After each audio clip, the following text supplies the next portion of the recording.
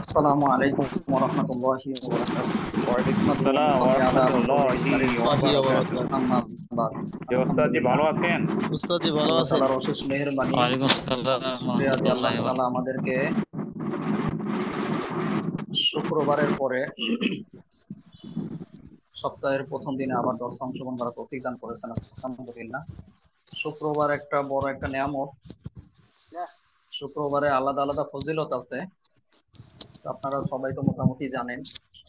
তারপরে আপনাদের একটা বিরতি থাকে একদিন, এই বিরতি দিনটাও নিয়ামত। আপনারা চাইলে সময় মোতালা করে রাখতে পারেন, পিছনে পড়াগুলো আবার তাকরার করতে পারেন, তামরিন গুলো আবার দেখতে পারেন।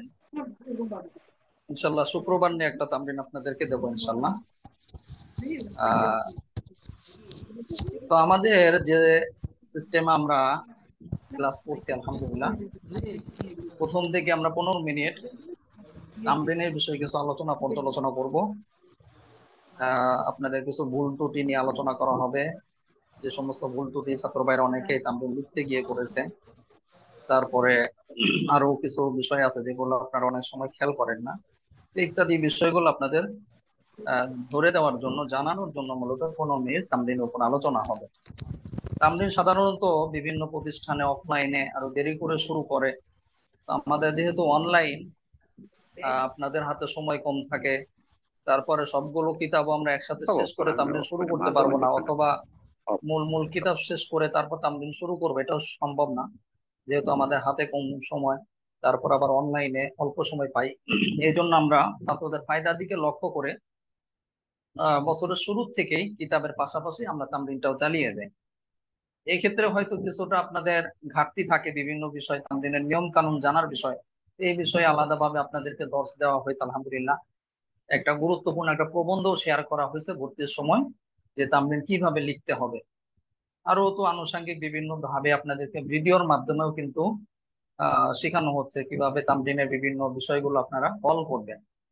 কিন্তু দুঃখ লাগে তখনই যখন দেখা যায় যে এত সহযোগিতা করা হচ্ছে, এত আপনাদের সাপোর্ট দেওয়া হচ্ছে অনলাইনে পড়ে অফলাইনের মতো। এমন না যে শুধু ক্লাস টাইম, যেখানে অন্যান্য অনলাইন একটা বিভাগে ক্লাসই হয় না ঠিক মতো, 2 দিন 4 দিনের কথা বলে ওইটাও ঠিক মতো করে না। আর আমাদের এখানে প্রতিদিন ক্লাস, তারপরে আবার ঠিক মতো করানো হচ্ছে, এরপরে আবার ক্লাসের বাইরেও এত সাপোর্ট দেওয়া হচ্ছে। তারপরেও যদি কোনো ছাত্র ভাই, যেটা সাপোর্ট দেওয়া হয়েছে, ক্লাসে বলা হয়েছে, ভিডিও করে হোয়াটসঅ্যাপ গ্রুপে দেওয়া হয়েছে, তারপরেও যদি বলে ওস্তাদ যে আমি এটা জানি না বা এটা আমাকে আবার ভিডিও করে দেন, তখন কিন্তু কষ্ট লাগে। কারণ এত বারবার আপনাদেরকে সাপোর্ট দেওয়ার পর যদি আবারও একই বিষয়ে প্রশ্ন করেন তখন খুব কষ্ট লাগে। আর এটা কষ্ট লাগা স্বাভাবিক, কারণ যে বিষয়টা আপনি বারবার বলবেন সেই বিষয়টা যদি ছাত্র ভাইরা বারবার ভুল করে তখন কিন্তু আপনার ছাত্র হলেও আপনারও খারাপ লাগবে, যে এত বারবার বললাম তারপরে তোমার কানের মধ্যে যায় না, বা তোমরা কি শোনো না, তোমরা কি দেখো না, এরকম একটা কথা আপনি বলবেন অবশ্যই। তো আপনাদের যতটুকু রাগ, ক্ষোভ বা বিভিন্ন সময় একটু কোনো কর্কশ কথা বলা হয়, এটা আপনাদের ফায়দার জন্যই বলা হয়। তো আজকে আপনাদেরকে একটা কথা বলবো, এর আগেও বলা হয়েছে, এলান দিয়ে এলান দিয়ে প্রচুর বলা হয়েছে, আবার বলছি। দেখেন, অনলাইন অনলাইনের কোনো নিশ্চয়তা নেই, আপনার মোবাইলটা হারিয়ে যেতে পারে, আপনার মোবাইলটা ভেঙে যেতে পারে, আগুনে পুড়ে যেতে পারে, যে কোনো একটা দুর্ঘটনার সম্মুখীন হয়ে আপনার সবকিছু উধাও হয়ে যেতে পারে। তো এই ধরনের সম্মুখীন যেন হওয়ার আগে প্রস্তুতি নিয়ে রাখা। আপনার জরুরি মোবাইল নাম্বার যেগুলো আছে এগুলো আপনি গুগল কিপের মধ্যে কপি করে রাখেন। গুগল কিপ কি, এটা যারা বোঝেন না এখনো, তাদেরকেও বলবো ব্যক্তিগতভাবে মাদ্রাসার হোয়াটসঅ্যাপে যোগাযোগ করেন হুজুর, নতুবা এগুলো লাগবে। আপনার একটু জরুরি নাম্বার গুলো, ফেসবুকে মাঝে মধ্যে কিছু মানুষের দেখা যায় যে তারা পোস্ট করে যে আমার জরুরি নাম্বার গুলো, আমার মোবাইলটা চুরি হয়ে গেছে, সব নাম্বার তো নেই এখন, আবার সবাই নাম্বার গুলি দেন। এটা ভাই অনেক আগের সুরত ছিল, এখন আর এই সুরত নেই, এখন ডিজিটাল হয়ে গেছে। আপনি গুগলের মাধ্যমে যদি আপনি নাম্বার গুলো সেভ করেন অথবা গুগল কিপে যদি কপি করে রেখে দেন, আপনার সবকিছু ডিলিট হয়ে যাক, তারপর আপনি উদ্ধার করতে পারবেন, এটা ইজি ভাবে, খুব সহজ ভাবে। তো এই জন্য আপনাদেরকে বলবো, আপনার অনেকেই আছে ভর্তি হয়েছেন আলহামদুলিল্লাহ, কিন্তু এখনো পর্যন্ত নিজের রোল নাম্বারটা জানেন না। রোল নাম্বার না জানলে কি হবে, পরীক্ষার সময় আপনার রোল নাম্বার লাগবে, আপনার তামরিনের সময় রোল নাম্বার লাগবে, আপনি ফারেক হয়ে গেলে কোর্সটা কমপ্লিট করলেও কখনো যদি যোগাযোগ করেন কোনো বিষয়ে হেল্প চান, তখন আপনার রোল নাম্বার লাগতে পারে, যে আমাদের যাচাইয়ের জন্য আসলে আপনি আমাদের ছাত্র কিনা। আপনাকে কিভাবে যাচাই করবো, এটা তো অনলাইন, আপনাকে তো আমরা চিনিও না, দেখিও নাই। অনেকের আছে দেখেছি কিন্তু মনে রাখা তো সম্ভব না, যেহেতু ছাত্র সংখ্যা বেশি, 1-2 জন তো না। এই জন্য রোল নাম্বারটা মনে রাখা খুবই জরুরি। ফরজ বললে এটা ভুল হবে না, মানে ওই ফরজ না, মানে আপনাদের জন্য ফরজ প্রাতিষ্ঠানিক ভাবে রোল নাম্বারটা মনে রাখা খুবই জরুরি। প্রত্যেক ছাত্র ভাইকে ভর্তির সাথে সাথে আমরা রসিদ দিয়েছি, রসিদের মধ্যে সুন্দরভাবে আবার আলাদাভাবে বাংলা লিখে দেওয়া হয়েছে রোল নং এত। তো রোল নাম্বারটা সবাই গুগল কিপের মধ্যে কপি করে রেখে দিবেন, অথবা আপনার খাতায়ও লিখে রাখতে পারেন। তবে খাতা এটা গ্যারান্টি না, খাতার যে গুগল কিপ হলো নিরাপদ। খাতা আপনার পুড়ে যেতে পারে, আপনার ছেলে বা আপনার মেয়ে ছোট থাকলে তারা ছিঁড়ে ফেলতে পারে, যে কোনো কিছু ঝড়ে বৃষ্টিতে ভিজে যেতে পারে, নষ্ট হয়ে যেতে পারে। কিন্তু আপনি যখন গুগল কিপের মধ্যে কপি করে রেখে দিবেন, এটা কিন্তু আপনার একটা গ্যারান্টি আছে যে আপনি আরেকটা মোবাইল দিয়েও আবার লগ ইন করলে এটা উদ্ধার করা সম্ভব। তো এই জন্য আপনাদের কাছে অনুরোধ করব, গুগল বিশেষভাবে বিশেষভাবে বলবো যে আপনারা সবাই করবো। গুগল কিপের মধ্যে রোল নাম্বার, আপনাদের যে ভর্তির সময় যে অনেকগুলো বিষয় আপনাদেরকে দেওয়া হয়েছে এগুলো গুরুত্বপূর্ণ, এই বিষয়গুলো কপি করে আপনি রেখে দেন, যাতে করে আপনাকে বারবার না চাওয়া লাগে। বারবার যদি চান আমরা একটু রাগ হব, আপনাকে একটু কর্কশ ভাষায় কিছু কথাও বলবো। তখন যদি আপনি কষ্ট পান, তাহলে আমাদের কিছু করার নেই। কি জন্য? আমরা তো তার চেয়ে বেশি কষ্ট পাচ্ছি। একজন ছাত্র যদি বলে যে উস্তাদ যে আমার রোল নাম্বার আমার জানা নেই, আমার রোল নাম্বারটা একটু বলে দেন, তখন কি পরিমাণ পেরেশানি জানেন? আমাদের 400-র উপরে ছাত্র আছে, 400 ছাত্রের রোল সব নাম্বার টাম্বার সব কিছু দেখতে হবে, দেখে আপনার নামের সাথে নাম্বার টাম্বার সবকিছু ঠিকানা মিকানা মিলিয়ে এরপর আপনার রোল নাম্বার বের করতে হবে। তাহলে আপনি চিন্তা করেন 400 জন ছাত্রের সব রিসিপ্ট সবকিছু বের করে সবকিছু দেখা কত কষ্টকর ব্যাপার, কতটা সময় সাপেক্ষ ব্যাপার। আর আপনি যদি একটু খালি লিখে রাখতেন গুগল কিপের মধ্যে আপনার রোল নাম্বারটা, আর কিছু দরকার নেই।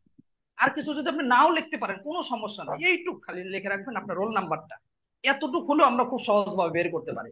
কিন্তু আপনি যদি রোল নাম্বার না বলেন, শুধু যদি নাম্বার বলেন অথবা আপনার নাম বলেন, তখন পেরেশানি শেষ থাকে না। কি জন্য? একই নামে একাধিক ব্যক্তি থাকে, একই জেলার অনেকেই আছেন আপনারা, ময়মনসিংহ, কুমিল্লা, আরো বিভিন্ন জেলার আপনারা আছে, বাংলাদেশের আনাচে কানাচে বিভিন্ন জেলা থেকে ভর্তি হয়েছেন। এই জন্য আপনাদের কাছে বিশেষভাবে অনুরোধ করবো, বারবার এটা বলবো না, কিন্তু আপনাদেরকে কি করা হবে, আহ মাঝে মধ্যে আমরা এলান দিয়ে জানিয়ে দিই, তারপর আপনারা শুনছেন। আজকেও দুইজন ছাত্র মানে পাশাপাশি, হ্যাঁ দুইজনই তো এক সময় এসে ফোনও করেছে, আবার হোয়াটসঅ্যাপে অডিও কলও দিয়েছে, আবার মেসেজও দিয়েছে যে আমাদের রোল নাম্বার আমার সবকিছু নেই, আমি জানি না আমার কি, একটু বলে দিলে ভালো হয়। বলেন, কতবার অসংখ্য বার আপনাদেরকে হোয়াটসঅ্যাপ গ্রুপে এলান দিয়ে জানানো হয়েছে যেগুলো একটু লিখে রাখেন। তো আপনাদেরকে বলছি, যদি কেউ না পারেন কিভাবে কপি করতে হয়, কিভাবে গুগল কিপটা ইনস্টল করতে হয়, মোবাইলে রাখতে হয়, আপনি যোগাযোগ করেন ভাই, কোনো সমস্যা নেই। ক্লাসের বাইরে যদি আপনাকে এই বিষয়, লেখাপড়ার বিষয়, এই সমস্ত বিষয় যদি সময় দিতে হয়, আমরা সময় দেব, সমস্যা নেই। আপনাকে সরাসরি ভিডিও করে বুঝিয়ে দেবো যে এইভাবে আপনি করেন, আপনাকে সাপোর্ট করা হবে ইনশাল্লাহ। এটা অন্য 10টা প্রতিষ্ঠানের মতো না, আপনি যেরকম ভেবেছেন ওই রকম না। তবে আপনাদের কাছে একটা অনুরোধ থাকবে, আমরা বেশি সাপোর্ট দিই দেখে এর মানে এই নয় যে আপনি ক্লাসের পড়ার বাইরে গিয়ে অন্য বিষয়ে জিজ্ঞাসা করবেন, অন্য বিষয়ে বারবার আপনি আমাদের কাছে বিভিন্ন সহযোগিতা চাইবেন, তখন কিন্তু আমাদের জন্য কষ্টকর হয়ে যায়। এক ছাত্র ভাই তিনি বলছেন যে কিভাবে স্ক্রিনশট ভিডিও করতে হয়, এই সেই এইগুলো আমাদের একটু সহযোগিতা করেন, কিভাবে করতে হবে আমাকে দেখিয়ে দেন, কিভাবে গিয়ে সার্চ দিতে হবে ইউটিউবে আমাকে দেখিয়ে দেন। বলেন তো, এগুলো কি আমাদের বিষয়? এগুলো তো যে মোবাইল সম্পর্কে একটু ভালো বোঝে, আপনার আশেপাশে যে কাউকে জিজ্ঞাসা করলেই হয়। এখন যদি এইগুলো যদি আপনাকে আমরা বোঝাতে যাই, তাহলে আমাদের মাথাটা কোন জায়গায় থাকে বলেন? আপনাদের তো এমনি লেখাপড়ার বিষয়ে বিভিন্ন ক্লাসের বিষয়ে আমাদের সাপোর্ট দিতে হয়। এই জন্য আপনাদের কাছে মেহেরবানি করে বলবো, ক্লাসের লেখাপড়ার বাইরে আনুষাঙ্গিক বিষয় যেগুলো আপনি যে কারো মাধ্যমে সমাধান করতে পারবেন, ওইগুলো আমাদের কাছে বলবেন না। মাদ্রাসা হোয়াটসঅ্যাপে গিয়ে নক করবেন না। করলে কি হয়, আমরা তো মনে করি আপনি গুরুত্বপূর্ণ বিষয়, লেখাপড়ার বিষয়ে মেসেজ করছেন, আমাদের কষ্ট করে দেখতে হয়, দেখে আবার আপনাকে এটা আমরা উত্তর দিতে চাই। কিন্তু যখন দেখি যে আপনি বাইরের একটা বিষয়, সাধারণ একটা বিষয়, যেটা যে কেউ, আপনার আশেপাশে একজন রিক্সাওয়ালাও পারে, ওই বিষয়টা নিয়ে যদি আমাদের কাছে নিয়ে আসেন যেটা আমাদের সাথে সম্পৃক্ত না, তখন কিন্তু একটু বিরক্ত হই আমরা। তো আশা করি সবাই বিষয়গুলি, কথাগুলি মনে রাখবেন। বিশেষ করে যেটা বললাম, রোল নাম্বার এবং জরুরি যে লেখাগুলো ভর্তির সময় সবাইকে দেওয়া হয়েছে, এগুলো কপি করে রেখে দিবেন। আর যদি কপি না করতে পারেন, তাহলে জানাবেন, ইনশাল্লাহ আপনাকে শিখিয়েই দেওয়া হবে। সমস্যা নেই, যত সময় লাগে যত ভাবেই হোক আপনাকে শেখানো হবে কিভাবে আপনি এটা পারবেন। ওস্তাদ, যেটা কপি করে রাখলে চলবে নাকি সেভ করতে হবে আবার আবার? গুগল কিপের মধ্যে কোনো সেভ করা লাগে না, কিচ্ছু করা লাগে না, আপনি লেখে বের হয়ে চলে যাবেন, আবার দেখবেন আপনি অটোমেটিক সেভ হয়ে গেছে, কিচ্ছু করতে হবে না। এগুলো বলা হয়েছে, ভিডিও আকারে দেওয়া হয়েছে, মাদ্রাসা হোয়াটসঅ্যাপ গ্রুপে কিন্তু আছে। তারপরে যদি আপনার নজরে না পড়ে, আপনি একটু পিছনে যাবেন, দেখবেন আপনি পেয়ে যাবেন। আচ্ছা, তারপরে অনেকে আজকে আলহামদুলিল্লাহ আপনারা তামরিন লিখেছেন, তবে এই ক্ষেত্রে একটা বিষয় আপনাদেরকে বলে রাখি, তামরিনের ক্ষেত্রে অবশ্যই চেষ্টা করবেন কুতুবে সিত্তার মধ্য থেকে হাওলা দিতে। কুতুবে সিত্তা মানে প্রসিদ্ধ যে 6 কিতাব আছে হাদিসের, বুখারী, মুসলিম, নাসাই, ইবনে মাজাহ, তারপরে নাসাই, এই যে যে 6টা কিতাব আছে, এই 6টা কিতাব দিয়ে আপনার হাওলা দিতে হবে। এর বাইরে যেগুলো আছে মুসনাদে আহমদ, সুনানে দারিমি, তারপরে আপনার বাইহাকি, বিভিন্ন যে কিতাবগুলো আছে, এই সমস্ত কিতাবে তখনই যাবেন যখন এই কুতুবে সিত্তার মধ্যে পাবেন। বুঝেছেন বিষয়টা?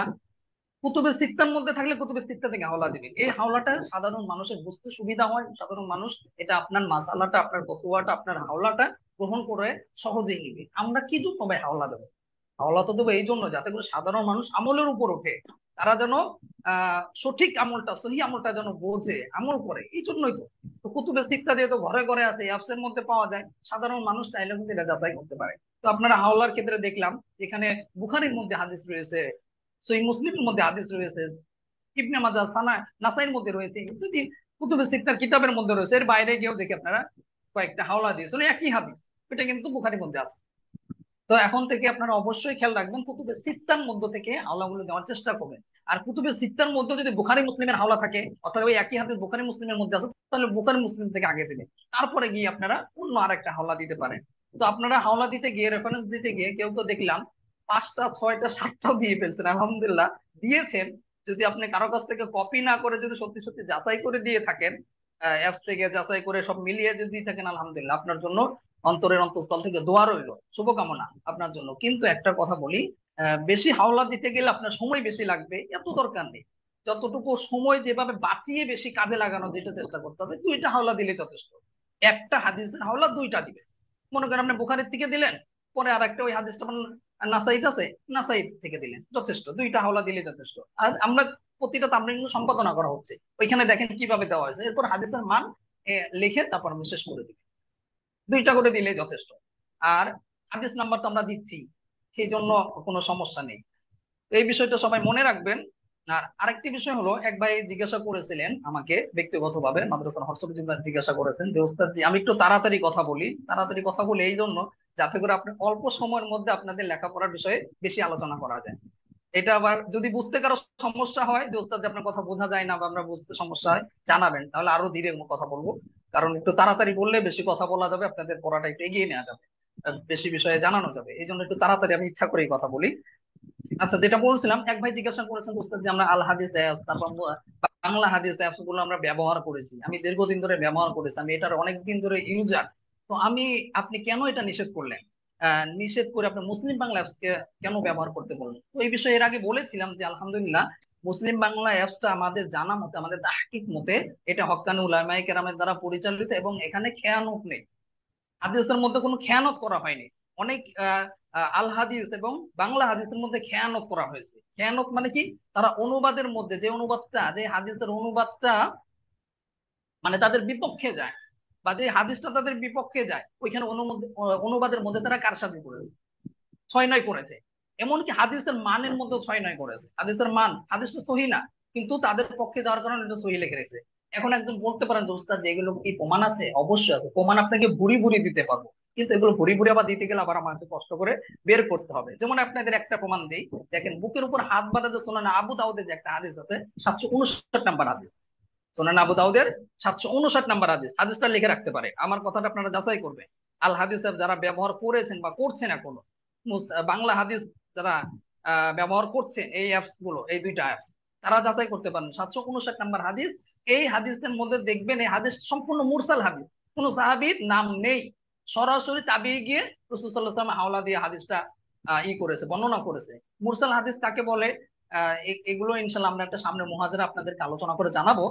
সংক্ষিপ্ত ভাবে আপনাদেরকে বলি, মুরসাল হাদিস মানে যেখানে আহ একজন সাহাবী, যে সাহাবী মানে রাসূল সাল্লাল্লাহু আলাইহি ওয়াসাল্লাম থেকে বর্ণনা করেছেন, মূল যে সাহাবী, সে সাহাবীর নাম বাদ পড়ে গেছে, এমন সরাসরি তাবিঈ বর্ণনা করেছে রাসূল সাল্লাল্লাহু আলাইহি ওয়াসাল্লামের কথা, ওইটাকে কি বলে সংক্ষিপ্ত ভাবে বা সহজ ভাষায় মুরসাল হাদিস বলে। তো মুরসাল হাদিস আহ গ্রহণযোগ্য কি গ্রহণযোগ্য না, আমি ওই বিষয়ে যাব না, কিন্তু আমাদের যে ভাইয়েরা বিশেষ করে আমাদের দেশে যারা নিজেদেরকে সালাফি বা নিজেদেরকে আহলে হাদিস নামে পরিচয় দিয়ে থাকে, আমি ওইটাই বলবো, আমি তাদেরকে ব্যঙ্গ করে অন্য কোনো ভাষা বলছি না। তারা যেহেতু এই নামে পরিচয় দিচ্ছে, এই জন্য এই নামটাই বলছি, যাতে করে তারা কষ্ট না পায়।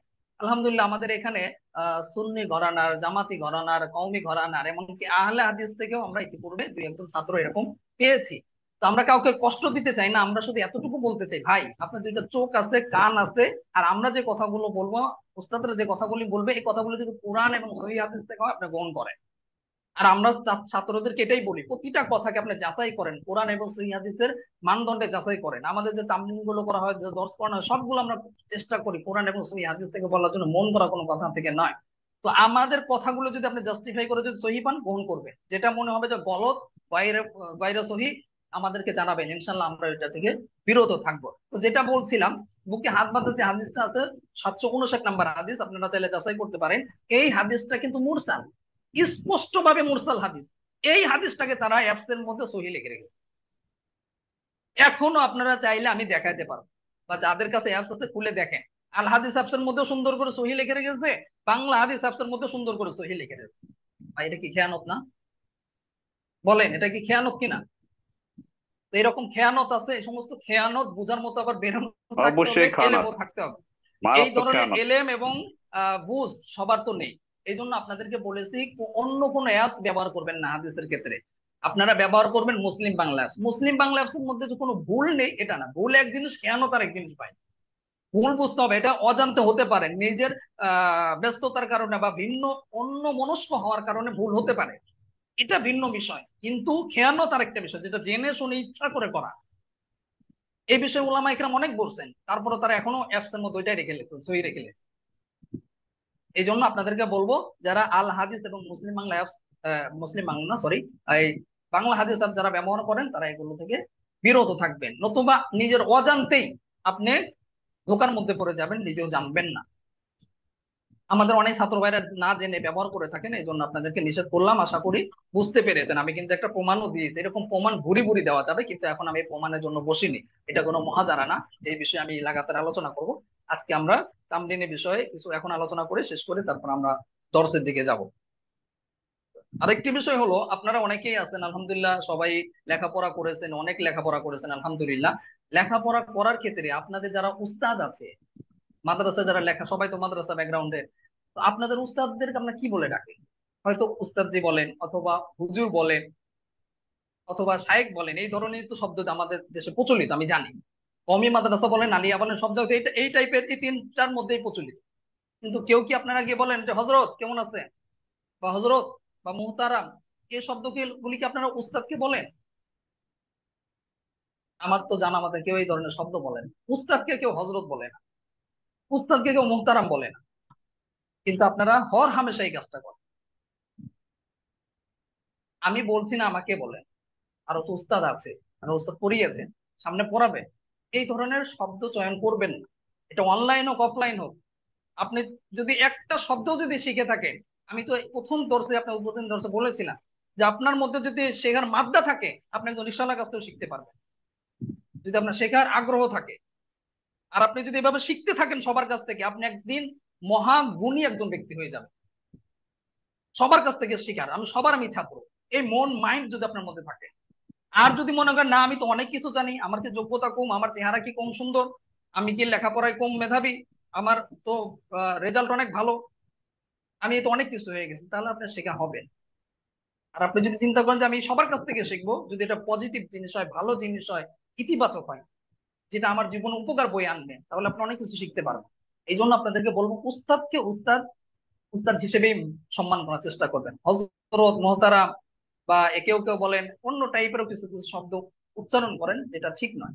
আশা করি সবাই খেয়াল রাখবেন, মক্তবের উস্তাদ হোক, ইফতার উস্তাদ হোক, দাওরার উস্তাদ হোক, সবাই উস্তাদ। সম্মান করবেন, সাথে সাথে পারলে কিছু হাদিয়া দিবেন। বলছেন আমাদের হাদিয়া দেওয়া লাগবে, আমরা বাইরে আরো যারা উস্তাদ আছে, পারলে কিছু হাদিয়া দিবেন। সুন্দর হাদিয়া না দিতে পারলে সুন্দরভাবে কথা বলেন, দেখলে একটু সালাম দেন, তাকে একটু মুসাফা করেন।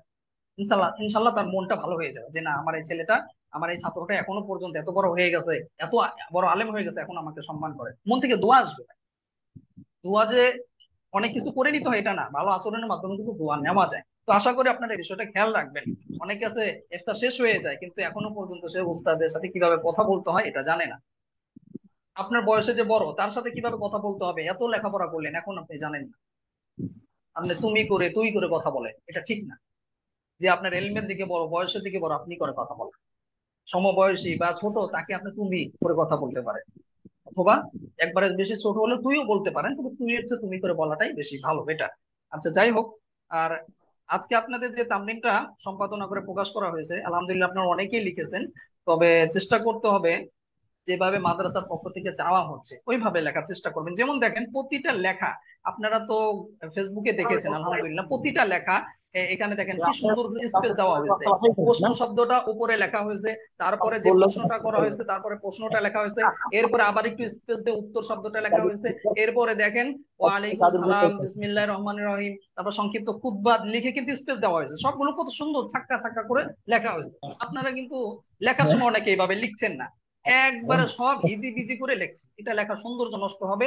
আপনার তামরিনটা, আপনার ফতোয়াটা কিন্তু সর্বমহলে গ্রহণযোগ্য হবে না, কারণ আপনার লেখাই তো সুন্দর না। আপনার লেখার মধ্যে কোনো স্পেস নেই, কোনো সৌন্দর্য নেই। এই জন্য লেখাটা সুন্দর করার চেষ্টা করবেন। আলহামদুলিল্লাহ অনেকেই উপকৃত হয়েছেন ভিডিওগুলি দেওয়ার পরে, দেখলাম আগে যারা পারতেন এখন তারা ভিডিওর মাধ্যমে সহজে বুঝে গেছে। অনেক কিছু আছে ছাত্ররা বললে উস্তাদদের মাথায় আসে, না বললে কিন্তু মাথায় আসে না। আমরা তো মনে করি মুখে বললেই হবে, যখন দেখেছি যে না একটা ভিডিও দিলে আরো ইজি হয়ে যায়, তখন কিন্তু আমাদের কাছে এটা ভালো লেগেছে। আজকে আপনাদেরকে একটা ভিডিও দেওয়া হয়েছে যে কিভাবে কোরআন থেকে হাওলা বের করবেন। এটা খুব সহজ লেগেছে না বলেন তো?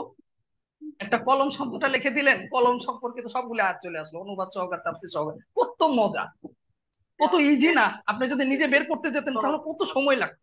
এই ছোট্ট ছোট্ট বিষয়গুলো যদি আপনি জানেন, মানে এমন এমন এলেম আপনি অর্জন করতে পারবেন যেটা আপনার অন্তরটা, বুকটা, মনটা ভরে যাবে খুশিতে। আর এত সুন্দর একটা আইডিয়া আমি তো জানতামই না। এই জন্য অনেক বিষয় আলহামদুলিল্লাহ আপনারা যখন জানতে চাইবেন অথবা আমাদের মাথায় আসবে, আপনাদের হোয়াটসঅ্যাপ গ্রুপে, মাদ্রাসা গ্রুপে শেয়ার করা হবে। একটু কষ্ট করে সবগুলো গুরুত্ব দিয়ে দেখবেন, আপনাদের কাছে এটা অনুরোধ থাকবে। কোনো একটা বিষয় অনর্থক আপনাদের ওইখানে দেওয়া হবে না মাদ্রাসা গ্রুপে, যেটা আপনাদের সময় নষ্ট করবে, আপনাদের খারাপ কিছু হবে বা আপনাদের আহ ক্ষতি হবে, এই ধরনের কোনো কিছু দেওয়া হবে না। একটু কষ্ট করে সবগুলো বিষয় দেখবেন, ইনশাল্লাহ ফায়দা হবে। এখানে আপনারা ভর্তি হয়েছেন, ভর্তি ফি 1,000 টাকা দিয়েছেন অধিকাংশই সবাই, আর মাসে 100-500 টাকা করে দিবেন। এই টাকাটা তো দিচ্ছেনই, এর বাইরেও যেন টাকা না, আপনার যেন পরিপূর্ণ যেন কিছু শেখা হয়। টাকাটা যেন আপনার নষ্ট না হয়, এমন যেন না হয় যে আপনি টাকা দিলেন কিন্তু আপনার টাকা অনুযায়ী আপনি মেহনত করলেন না, কিছু অর্জন করতে পারলেন না, এমন যেন না হয়। এই জন্য চেষ্টা করবেন সবাই কিছু শেখার জন্য। আর যদি শেখার মাধ্যম থাকে ইনশাল্লাহ আপনি এখান থেকে অনলাইনে পড়ে অনেক কিছু শিখতে পারবেন। কিছু ছাত্র যারা অফলাইনে পড়েও শিখতে পারে না, ওস্তাদ পড়ায় পিছন দিকে তারা হেলান দিয়ে ঘুমায়, আর এক ছাত্রের সাথে গল্প করে। আর আপনি যদি অনলাইনে পড়েও যদি একটু শেখার মাধ্যম থাকে, চেষ্টা করেন, ইনশাল্লাহ আপনি অনেক কিছু নিয়ে যেতে পারবেন। তো আজকে আমরা যে হাদিসটা, আজকে যে তামরিনটা ছিল হলো, সন্তান যদি কাফের হয়ে যায় তাহলে সম্পদের কোনো অংশ পাবে কিনা। এই ক্ষেত্রে সমাধানটা কি? সমাধানটা লিখতে গিয়ে আলহামদুলিল্লাহ আপনারা অনেকে হাওলা দিয়েছেন, হাওলার বিষয়ে একটু সহযোগিতাও করা হয়েছে। অনেক ছাত্র ভাইরা হাদিসের রেফারেন্স দিয়েও সহযোগিতা করেছেন অনেককে। আর সহযোগিতার অবশ্যই জোহরের নামাজের পরে করতে হবে, জোহরের আগে করা যাবেন, এর আগ পর্যন্ত আপনারা সবাই চেষ্টা করবেন। এর আগে কাউকে কেউ কারো সহযোগিতা করবেন না, কারণ আপনি যদি চেষ্টা না করেন সারা জীবন পরনির্ভরশীল হয়ে থাকা লাগবে, পরগাছা হয়ে থাকা লাগবে। অর্থাৎ অন্য গাছের উপর নির্ভর করে যে গাছ, সেই গাছকে কি বলে? পরগাছা বলে। তো আপনি যেন নিজে স্বয়ংসম্পূর্ণ হয়, নিজে যেন তাহকিক করতে পারেন, এই মেজাজটা তৈরি করেন, এই চেষ্টাটা আপনি করেন, ইনশাল্লাহ আপনি নিজেই পারবেন।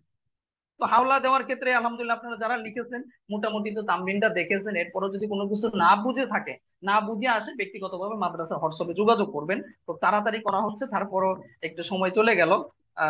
তো এটা ক্ষমা সুন্দর দৃষ্টিতে দেখবেন।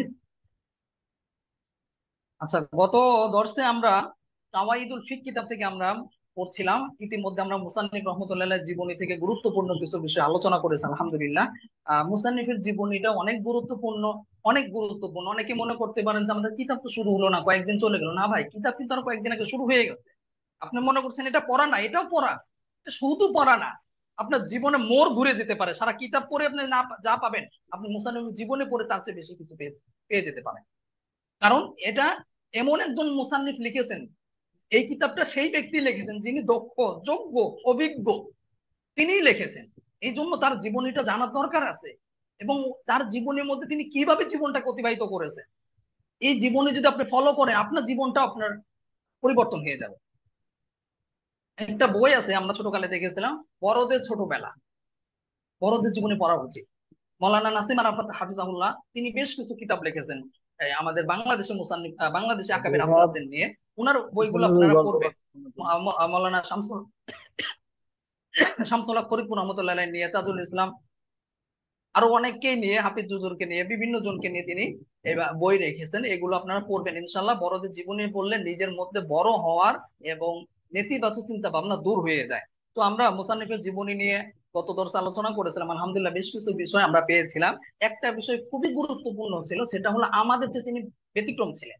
আমরা শুধু দেখা যায় যে একটা মাদ্রাসার মধ্যে খেদমতে আছে, আলহামদুলিল্লাহ, এটা মাদ্রাসার মধ্যে খেদমতে থাকা ভালো, এটা আমি খারাপ বলছি না, কিন্তু আরো বহুমুখী খেদমত আপনার প্রয়োজন আছে। সাধারণ পাবলিক আপনার কাছে আরো বেশি খেদমত চাই। তো আমরা মুসান্নিফের জীবনের মধ্যে দেখেছি তিনি একাধারে একটা ফার্মেসির দায়িত্বে ছিলেন, ফার্মেসি পরিচালনা করেছেন। পাশাপাশি তিনি একটা প্রেস ছিল তাদের, অর্থাৎ ছাপাখানা ছিল, ছাপাখানা পরিচালনা করেছেন, মসজিদের ইমামতি করেছেন, মসজিদের খতিব ছিলেন, লাগাতার তিনি খতিবের দায়িত্ব পালন করেছেন। এর পাশাপাশি আবার শিক্ষকতাও করেছেন। দেখেন কিভাবে সম্ভব হয়েছে, যখন তিনি চেষ্টা করেছেন, মেহনত করেছেন এবং ইচ্ছা করেছেন। বড় কথা হলো ইচ্ছা, ভাই, আর কিছু না। আপনার যদি ইচ্ছা থাকে, আগ্রহ থাকে, আপনি অসম্ভবকে সম্ভব করতে পারবেন। আর যদি ইচ্ছা না থাকে, কোনোদিনই পারবেন না। এই জন্য সবাই ইচ্ছা পোষণ করেন, ইনশাল্লাহ আমিও বহুমুখী খেদমত আঞ্জাম দেব, তাহলে ইনশাল্লাহ আমরাও পারবো বা আপনার দ্বারাও এটা সম্ভব হবে। তো আমরা এর সাথে সাথে আরেকটি আলোচনা করেছিলাম যে আমাদের এই কিতাবের মুসান্নিফ মুফতি আমিনুল ইহসান রহমতুল্লাহ আলাইহি, তিনি বাইতুল মুকাররম মসজিদ, যেটা আমাদের বাংলাদেশের জাতীয় মসজিদ, এই মসজিদেরও তিনি কি ছিলেন, 1964 সালে তিনি, যখন বাইতুল মুকাররম মসজিদ প্রতিষ্ঠিত হয়, তখন থেকে ওই ওই সময়েই যারা কমিটি ছিল, কমিটির সর্বসম্মতিক্রমে সিদ্ধান্ত ক্রমে তিনি বাইতুল মুকাররম মসজিদের খতিব হিসেবে নিয়োগপ্রাপ্ত হন এবং মৃত্যুর আগ পর্যন্ত তিনি এই পদে কি ছিলেন, বহাল ছিলেন। অর্থাৎ মৃত্যু পর্যন্ত তিনি বাইতুল মুকাররমের খতিব ছিলেন। আরো সুন্দর একটা বিষয় হলো, তিনি আরবিতে চমৎকার খুতবা দিতেন। এত সুন্দর করে তিনি আরবিতে খুতবা দিতেন যে তার খুতবা শোনার জন্য বিভিন্ন আরব দেশের যে অ্যাম্বাসেডর যারা আছে, যারা আছে আপনার কি দূত আছে বিভিন্ন দেশের, আরব দেশের, সেই সমস্ত আরব দেশের দূতাবাস থেকে কি দূতরা পর্যন্ত বাইতুল মুকাররম মসজিদে তার খুতবা শোনার জন্য চলে আসতেন। এত সুন্দর করে তিনি আরবিতে খুতবা দিতেন এবং বাংলাতেও সাথে সাথে তার বঙ্গানুবাদ, অর্থাৎ বাংলাটাও তিনি এর আগে ছাত্র যারা শ্রোতা রয়েছে, দর্শক রয়েছে বা মুসল্লি রয়েছে, তাদেরকেও কি এই বিষয়ের উপর আলোচনা করতেন। তো এখান থেকে একটা কথা আপনাদেরকে বলেছিলাম যে খুতবা আপনারাও চেষ্টা করবেন মুখস্থ, নিজের থেকে স্বরচিত খুতবা, এই মোসান্নেফ স্বরচিত খুতবা দিতেন মুতামিমুল হাসান রহমতুল্লাহ আলাইহি, আপনারাও চেষ্টা করবেন স্বরচিত খুতবা দেওয়ার জন্য। কেউ কেউ আপনি মাদ্রাসার হোয়াটসঅ্যাপে চেয়েছেন, আপনাদেরকে একটা স্বরচিত খুতবার একটা নমুনা দিয়েছি, ওই হিসেবে কিন্তু আপনারা চাইলে নিজেরাও খুতবা বানাতে পারেন, যারা পারেন না। তো ইচ্ছা করলে উপায় হবে, আর যদি ইচ্ছা না থাকে সারা জীবন বই দেখে দেখে দিতে হবে, মাঝে মধ্যে একটু তাকাবেন, আবারও বইয়ের দিক তাকাবেন। কেউ কেউ বলবে যে মনে মনে ভাবে মুসল্লিরা, দেখ হুজুর একবার মুখস্থ বলতে চায়, পারে না দেখে আবার বইয়ের দিক তাকায়। এটা কিন্তু মুসল্লিরা ভাবে, ভাই, আপনি ভাবেন না ভাবে, মুসল্লিরা ভাবে হুজুর দেখ মাঝে মধ্যে একটু তাকায়, আবার উপর নিচের দিক তাকায়, মানে হুজুর পারে না মুখস্থ। আর মুখস্থ খুতবা দিলে অনেক জায়গায় ভালো ভালো মসজিদেও কিন্তু আপনার ইন্টারভিউ দিতে গেলে আপনার নাম্বারটাও বেশি থাকবে। এই জন্য চেষ্টা করেন। পাশাপাশি আরেকটা জিনিস কি হবে, কিছু আরবিতে আপনার অটোমেটিক যোগ্যতা হয়ে যাবে। মুখস্থ বলতে বলতে মাঝে মধ্যে দুই একটা হাদিস মুখস্থ করা লাগবে, ছোট্ট করে মুখস্থ করেন, আয়াত মুখস্থ করা লাগবে, এতে কিন্তু আপনার এলমের ভান্ডারটা আরো সমৃদ্ধ হবে। তো সবাই চেষ্টা করবেন। আমাদের মুসান্নিফের জীবনী থেকে আমরা এটা শিখলাম যে তিনি খুতবার ক্ষেত্রে নিজে স্বরচিত খুতবা দিতেন। এরপরে মুসান্নিফ রহমতুল্লাহ আলাইহি তাসাউফের ক্ষেত্রেও এগিয়ে ছিলেন। তারই আপন চাচা থেকে তিনি তাসাউফের ক্ষেত্রে বায়াত হয়েছিলেন। এরপরে তিনি, আমরা রচনা সম্পর্কে বলতে পারি, তার কিতাবাদি সম্পর্কে, তিনি 200-র অধিক কিতাব রচনা করেছেন। 200-র অধিক। ভাই, কিতাবের ক্ষেত্রে দুইটা ভাগ আছে, একটা কথা মনে রাখতে হবে। 200 এখন আমাদের কম মনে হতে পারে, কারণ আমাদের দেশে এখন এমন এমন লেখক বের হয়েছে যে সে বছরেই 200 কিতাব বের করে ফেলে। এমনও লেখক আছে। এটা কিভাবে সম্ভব? এটা সম্ভব হলো এই জন্য যে তারা মূল কিতাব লেখে না, বরং এখান থেকে একটু ওইখান থেকে একটু বা অনুবাদ এই টাইপের বই লেখে, যাই কারণে তাড়াতাড়ি তাদের লেখা সম্ভব হয়। আর তিনি যে সমস্ত কিতাব রচনা করেছেন সবগুলো মৌলিক কিতাব, গবেষণামূলক কিতাব, এই ধরনের তিনি 200টি কিতাব রচনা করেছেন। তার কিতাবের যদি আপনারা হাওলা দেখেন বা কিতাবের যদি তালিকা দেখেন, অনেকগুলো কিতাব তিনি রচনা করেছেন। তাফসিরের বিষয়ে কিতাব রচনা করেছেন, তারপরে হাদিসের বিষয়ে কিতাব রচনা করেছেন। যেমন তাফসিরের বিষয়ে ইতহাফুল আশরাফ বি হাশিয়াতিল কাশশাফ, তারপরে আত-তানভীর ফি উসুলিত তাফসির, এগুলো হলো তাফসিরের বিষয়, আরো কিতাব আছে। তারপরে ইলমে হাদিসের বিষয়ে তিনি কিতাব রচনা করেছেন, মিজানুল আখবার, তারপরে আল আরবাঈন ফিস সালাত, এরপরে মানাহিজুস সুআদা, এরকম আরো অনেকগুলো কিতাব আছে। আমি দুই একটা বলছি, আপনারা বাকিগুলো মোতালা করে নেবেন। এলমে ফিকের বিষয়েও, অর্থাৎ ফিকহের উপরেও তিনি বেশ কিছু কিতাব রচনা করেছেন, যেমন ফতোয়ায়ে বারাকাতিয়া, অর্থাৎ নিজের নামের দিকে নিসবত করে তিনি ফতোয়ার কিতাবও রচনা করেছেন। আদিয়াতুল মুসাল্লিম, মালাবুদ্দালিল ফকি, উসুলুল কারখি, কাওয়াইদুল ফিক, মানে যে কিতাবটা আমরা পড়ছি, এই কিতাবগুলো তিনি কি ফিকের উপরে রচনা করেছেন। তারপরে সিরাতের বিষয়েও তিনি কিতাব রচনা করেছেন, যেমন সিরাতে হাবিবি ইলা, তারপর রিসালা হায়াতি আব্দুস সালাম। এরপর তারিখের বিষয়ে, অর্থাৎ ইতিহাসের বিষয়েও তিনি কিতাব রচনা করেছেন।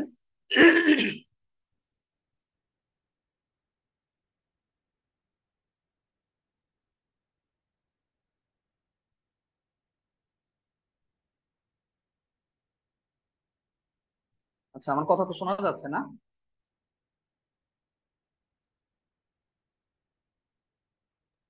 শোনা যাচ্ছে না? জি জি, জি শোনা হুজুর, যাচ্ছে। শোনা যাচ্ছে। আচ্ছা জি জি হাজার শোনা যাচ্ছে। আচ্ছা, আর জি কাউকে বলতে হবে না, জি একজন বললো। ওস্তাদ জি। হঠাৎ করে একটু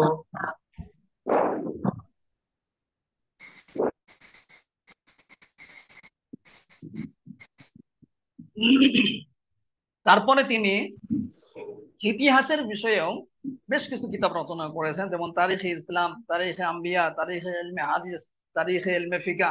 বেশ কিছু কিতাব তিনি ইতিহাস বিষয়ে, অর্থাৎ আহ আহ তারিখের বিষয়েও কি কিতাব রচনা করেছেন। এরপরে তিনি উর্দু সাহিত্য নিয়ে কিতাব রচনা করেছেন, যেমন আদবে উর্দু, শরহে শিকওয়া ওয়া জওয়াবে শিকওয়া। এরপরে আরো বেশ কিছু কিতাব আছে। যাই হোক, মূল যে কথাটা এখানে দেখেন, তিনি এমন এমন কিতাব রচনা করেছেন, আল্লাহু আকবার, যে সমস্ত কিতাব বাংলাদেশের কওমি মাদ্রাসাগুলোতে,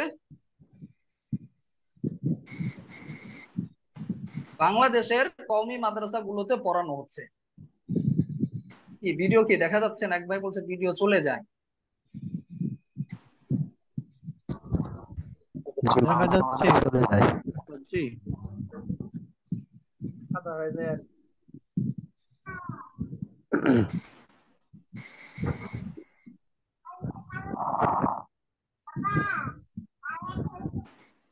দেখা যায় ওস্তাদ জি, দেখা যায়, দেখা যায়। আচ্ছা, অনেক সময় আপনার এক দুজনের সমস্যা হতে পারে নেটওয়ার্কের কারণে। আপনি যদি বারবার মেসেজ করেন, তখন তো আমরা মনে করি যে হয়তো সবারই মনে হয় সমস্যা হচ্ছে, কারণ নাম তো দেখা সম্ভব না, নাম দেখতে গেলে তো সময় লাগবে। মেসেজটা বারবার চোখের সামনে আসলে মনে হবে যে আরো অনেকের সমস্যা হচ্ছে। জন্য বারবার মেসেজ না দেওয়াই ভালো। ব্যক্তিগতভাবে আপনার ইন্টারনেটের সমস্যার কারণে হতে পারে। তো যেটা বলছিলাম, মুফতি আমিনুল ইহসান রহমতুল্লাহ এর যে কিতাবগুলো তিনি রচনা করেছেন, এই কিতাবগুলো এতটাই মাকবুল হয়েছে, গ্রহণযোগ্য হয়েছে, যে বাংলাদেশের বিভিন্ন আলিয়া মাদ্রাসা, কওমি মাদ্রাসাগুলোর হিসেবে পাঠ্যসূচি হিসেবে অন্তর্ভুক্ত করা হয়েছে। শুধু যে বাংলাদেশে এটা না, এমনকি ভারতের দেওবন্দ মাদ্রাসায় করা হয়েছে, মিশরের আল আজহারে করা হয়েছে, আরব দেশের বিভিন্ন জায়গায়, বিভিন্ন প্রতিষ্ঠানে, ভার্সিটিতেও মুফতি আমিনুল ইহসান রহমতুল্লাহ কিতাব সিলেবাস মুক্ত করা হয়েছে। এমনকি মিশরেও করা হয়েছে, মধ্যপ্রাচ্যেরও আরো বিভিন্ন দেশে, বিভিন্ন কান্ট্রিতে তার কিতাবগুলো সিলেবাস মুক্ত করা হয়েছে, এমনকি ছাত্রদেরকে পড়ানো হয়ে থাকে। তো এর দ্বারা আমরা বুঝতে পারি যে তিনি কতটা গ্রহণযোগ্য, কতটা এলমি কিতাব তিনি রচনা করেছেন।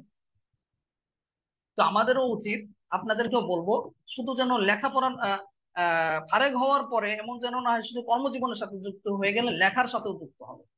কিভাবে লেখক হবেন, সমস্ত কিছু পদ্ধতি আছে, এটা এখন বলবো না, শুধু এতটুকু বলে রাখি। ইনশাল্লাহ আমরা একটা আলাদা একটা মুহাজার আমরা পড়বো, কিভাবে লেখক হওয়া যায়, সহজে লেখক হওয়া যায়। অনেকে আছে আমরা লিখতে পারি না, কিন্তু তারপরেও লেখক হওয়া যাবে। কিভাবে? এক নম্বর পদ্ধতি হলো, আপনি রোজ নামচা লিখবেন কিছু, 2-1 মাস রোজ নামচা লিখবেন। রোজ নামচা কাকে বলে? গুগলে গিয়ে সার্চ দেবেন রোজ নামচা কাকে বলে, বা রোজ নামচা লেখার নিয়ম কি। আর যদি আপনার কাছে কিছু টাকা থাকে, তাহলে এসো কলম মেরামত করি বইটি কিনবেন, আমাদের প্রিয় ওস্তাদ শেখ আবু তাহের মেজবা হাফিজাহুল্লাহ লিখিত চমৎকার একটি বই। এই বইয়ের মধ্যে হাতে কলমে রোজ নামচা শিরোনামে একটা লেখা আছে, লেখাটা পড়বেন। লেখক হওয়ার জন্য সর্বপ্রথম সহজ পদ্ধতি হলো, আপনি সহজে যদি লেখক হতে চান রোজ নামচা লিখবেন কিছু, তারপরে গিয়ে আপনি সংকলন করবেন। মৌলিক কোনো বই লিখতে যাবেন না। প্রথমে আপনি সংকলন করবেন যে এই কিতাব থেকে একটু, ওই কিতাব থেকে একটু, এইভাবে নিয়ে নিয়ে হাওলা সহকারে হাওলা দিতে হবে। আর আপনি যদি হাওলা না দিয়ে নিজের নামে লেখেন তখন কিন্তু এটা অন্যায় হবে, হাওলা দিলে কোনো সমস্যা নেই। তো এটাকে সংকলন বলা হয়ে থাকে। তো এইভাবে আপনি চাইলে বই লিখতে পারেন। সংকলন করতে করতে একটা সময় দেখবেন আপনার মধ্যে মৌলিক কিতাব লেখার অভ্যাস হয়ে গেছে। এখন আপনারা বলতে পারেন যে উস্তাদ জি বই লিখবো কেন, এটার ফায়দা কি? ভাই ফায়দা দুনিয়াতেও আছে আখিরাতেও আছে। দুনিয়ার ফায়দা কি জানেন? এটা এমন একটা আয়ের উৎস যেটা আপনি ঘুমিয়ে থাকলেও আয় হবে, আপনি মরে গেলেও আয় হবে। বুঝেছেন বিষয়টা? বই লেখা এমন একটা আয়ের উৎস যে আপনি মরে গেলেও আয় হতে থাকবে। আপনার যে নাতি পুতি যারা আছে, ছেলে মেয়ে, তারা এর থেকে আয়, টাকা পয়সা পাবে। এমন একটা আয়ের উৎস। এটাকে কি বলে? প্যাসিভ ইনকাম বলে। অর্থাৎ একবার যদি কষ্ট করে একটা ইনকামটা শুরু করা যায়, তাহলে সারা জীবন ঘুমিয়ে ঘুমিয়ে বসে বসে এটা থেকে টাকা পাওয়া যায়। এই জন্য আপনারা বই লেখার চেষ্টা করবেন। এটা খুবই চমৎকার একটা আইডিয়া এবং ইনকামের একটা সোর্স। আমাদের দেশে অনেক উলামায়ে কেরাম বই লিখে কোটিপতি হয়ে গেছে। বিশ্বাস করবেন কিনা, কোটিপতি, কোটি কোটি টাকার মালিক হয়ে গেছে। আমাদের আমাদের এরকম আমার চোখে দেখা কয়েকজন মানে এরকম পেয়েছে, কোটিপতি হয়ে গেছে বই লিখে। সাথে সাথে এটা কিন্তু একটা সদগায়ে জারিয়া। আপনি মারা যাওয়ার পরেও কিন্তু আপনার সওয়াব কিন্তু জারি থাকবে। অর্থাৎ যারা পরে পরে এটার উপর আমল করবে, যারা এর দ্বারা ইস্তেফাদা অর্জন করবে, আপনি এর দ্বারা সব পেতেই থাকবেন। এই জন্য আপনারা বই লেখারও চেষ্টা করবেন সবাই। যেমন আমাদের মুস্তানিফের জীবনী থেকে আমরা জানলাম যে তিনি কি করতেন, বই বই রচনা করতেন এবং অনেকগুলো মৌলিক কিতাব রচনা করেছেন, যেগুলো বিভিন্ন দেশ বিদেশের বিভিন্ন ভার্সিটি মাদ্রাসাতে দর্সের কিতাব হিসেবে পড়ানো হয়ে থাকে, সিলেবাসভুক্ত করা হয়েছে। তিনি মুফতি আমিনুল ইহসান রহমতুল্লাহ আরেকটি কিতাব রচনা করেছিলেন কিতাবুল আওকাত নামে। এই কিতাবকে ভিত্তি করে বাংলাদেশের যে আমাদের যে ইসলামিক ফাউন্ডেশন আছে, এই ফাউন্ডেশন ওই কিতাবকে লক্ষ্য করেই বাংলাদেশের নামাজের যে সময়সূচি আছে এগুলো নির্ধারণ করেছে। তাহলে বোঝেন কতটা মকবুল কিতাব। এছাড়াও তিনি শত শত কিতাব তিনি রচনা করেছেন, যেগুলো আমাদের বিভিন্ন পাঠাগারে, লাইব্রেরিতে, বিভিন্ন জায়গায় আমরা এখনো দেখতে পাই। যাই হোক, মুফতি আমিনুল ইহসান রহমতুল্লাহ এছাড়াও তিনি অসংখ্য ছাত্র রেখে গেছেন যারা তার কাছে শিক্ষা গ্রহণ করেছেন, যে বিষয়ে আমরা এর আগে জানতে পেরেছি। এছাড়াও তার আরেকটি ভালো একটা দিক ছিল, সেটা হলো তিনি প্রচুর পরিমাণে কিতাব সংরক্ষণে রাখতেন। আর প্রচুর পরিমাণে কিতাব তার সংগ্রহে ছিল দেখেই এই জন্য এতগুলো কিতাব রচনা করা সম্ভব হয়েছে। কিন্তু আমরা বই কিনতে অবহেলা করি। এখন কিন্তু বই কেনাটা খুব সহজ হয়ে গেছে। চাইলে আপনি অনলাইনে অনেক ভালো ভালো বই পেয়ে যাবেন, প্লে স্টোরে গেলে অনেক অ্যাপস এর মধ্যে অনেক ভালো ভালো বই পেয়ে যাবেন। এখন শুধু পড়াটা বাকি। তো আপনি যদি পড়তে পারেন, কিতাব রচনা করতে পারেন, এগুলোকে সহযোগিতা নিয়ে, তাহলে কিন্তু আপনি অনেক কিছু করতে পারবেন। তো মুফতি আমিনুল ইহসান রহমতুল্লাহ এত কিতাব ছিল, যেটা ছাত্ররা ওই সময় বলতেন যে মাদ্রাসা লাইব্রেরিতেও এত কিতাব নেই যত কিতাব রয়েছে মুফতি আমিনুল ইহসান রহমতুল্লাহ নিজস্ব পাঠাগারের, নিজস্ব লাইব্রেরিতে। অর্থাৎ নিজস্ব যে পাঠাগার ছিল তার বাসায়, এখানে এত কিতাব ছিল। এত কিতাব তিনি নিজের কাছে সংগ্রহ করেছিলেন, কিনেছিলেন। তো আমরাও চেষ্টা করব, এখান থেকে আমরা এই বিষয়টা শিখলাম যে কিতাব সংগ্রহ সংগ্রহ করা উচিত। এতে করে ইনশাল্লাহ ইস্তেফাদা অর্জন করা আরো সহজ হবে। আর যদি কিতাবই না থাকে তাহলে আপনি কিভাবে ফায়দা অর্জন করবেন? মুফতি আমিনুল ইহসান রহমতুল্লাহ তিনবার তিনি হজ করেছেন এবং সর্বশেষ তিনি 1968 সালে তৃতীয়বার হজ করেন। তৃতীয়বার হজ করেন মূলত তিনি 1971 সালে, 68 সালে না। তৃতীয়বার হজ করেছেন 1968 সালে, আর প্রথমবার হজ করেন হলো 1954 সালে। পারিবারিক জীবনের দিক থেকে তিনি 1922 সালে সাইয়্যিদা মাইমুনার সঙ্গে বিবাহ বন্ধনে আবদ্ধ হন এবং 1929 সালে তিনি যখন ইন্তেকাল করেন, এরপরে তিনি 1930 সালে আবার সাইয়্যিদা ফাতেমার সঙ্গে বিবাহ বন্ধনে আবদ্ধ হন। এমনকি এই স্ত্রীও ইন্তেকাল করে। তারপরে তিনি 1937 সালে আবার 1937 সালে যখন তিনি ইন্তেকাল করেন, তারপরে আবার 1938 সালে গিয়ে তিনি সাইয়্যিদা খাদিজাকে বিবাহ করেন। এরপরে তার এই স্ত্রী আবার 1985 সালে ইন্তেকাল করেন। তার গর্ভে ছিল, তার গর্ভে মূলত এক ছেলে এবং এক মেয়ে জন্মগ্রহণ করে। একজনের নাম হলো, আচ্ছা ছেলের নামটা এখানে নেই, মূলত সাইয়েদা আমেনা খাতুন বলা হয়েছে মেয়ের নামটা। মূলত যেটা আমরা বুঝতে পারলাম যে এখান থেকে একটা বিষয় আমাদের দেখেন জানার বিষয়, সেটা হচ্ছে আহ এক স্ত্রীকে তিনি বিবাহ করেছেন, যখন মারা গেছে তখন কিন্তু তিনি একাকী জীবন কাটিয়ে দেন। অনেকে আমরা একটু বয়স হয়ে গেলে, আমাদের দেশে এই কালচারটা আছে যে এখন বিয়ে করলে আমার লোকে কি বলবে। না না ভাই, যেখানে ইসলাম এটাকে আপনাকে সম্মতি দিয়েছে, অনুমোদন দিয়েছে, সেখানে আপনার মানুষের কথা কি আসে যায়। আর বিবাহ না করলে আপনার এমন একটা সময় আছে, দেখা যায় হ্যাঁ মানুষ যে খালি যৌন জীবনের জন্য বা যৌন তৃপ্তির জন্য বিবাহ করে এটা না, আপনার একাকিত্ব দূর করার জন্য, তারপরে নিজের একটা প্রয়োজনীয় একটা জিনিসের জন্য একজন আরেকজনকে কিন্তু প্রয়োজন হয়। পুরুষের জন্য যেরকম একজন মেয়ে মানুষের প্রয়োজন হয় একজন, আবার মেয়ে মানুষের জন্য কিন্তু একজন পুরুষের প্রয়োজন হয়। এই জন্য বার্ধক্য জীবনেও কি আছে, সঙ্গীর প্রয়োজন আছে। অনেক কিছু আছে যেটা আপনি অন্য মানুষের কাছে বলতে পারবেন না, কিন্তু নিজের স্ত্রীর কাছে বলতে পারবেন। একজন স্ত্রী আবার সে অন্য মানুষের কাছে দুঃখের কথা কষ্টের কথাটা বলতে পারবে না, কিন্তু স্বামীর কাছে বলতে পারবে। এই জন্য স্বামী স্ত্রী উভয়েরই কি দরকার আছে, যদি স্বামী মারা যায় মেয়েদের ক্ষেত্রে, তাহলে সে আবার দ্বিতীয় বিবাহ বন্ধন আবদ্ধ হবে। আবার যদি আহ যদি স্ত্রী মারা যায় তাহলে তিনি কি আবার দ্বিতীয় বিবাহ করবেন। তো আমাদের এই মুসান্নিফের ক্ষেত্রে আমরা দেখতে পাচ্ছি যে তিনি একাধিক বিবাহ করেছেন। যখন এক স্ত্রী মারা গেছে তিনি আরেকটা আবার বিবাহ করেছেন। তিনি যখন মারা গেছেন আবার এরকম করে মোট তিনটা বিবাহ বন্ধনে তিনি আবদ্ধ হয়েছেন, তিনবার বিবাহ করেছেন। তো মুফতি আমিমুল ইহসান রহমতুল্লাহ তিনি মূলত 1974 সালের 27 অক্টোবর 10ই শাওয়াল 1935 হিজরিতে ইন্তেকাল করেন। 1974 সালের 27 অক্টোবর, আর আরবিতে যদি আমরা হিজরিতে যদি বলি তাহলে কি 10ই শাওয়াল 1935 হিজরিতে ইন্তেকাল 95 করেন। জি 95।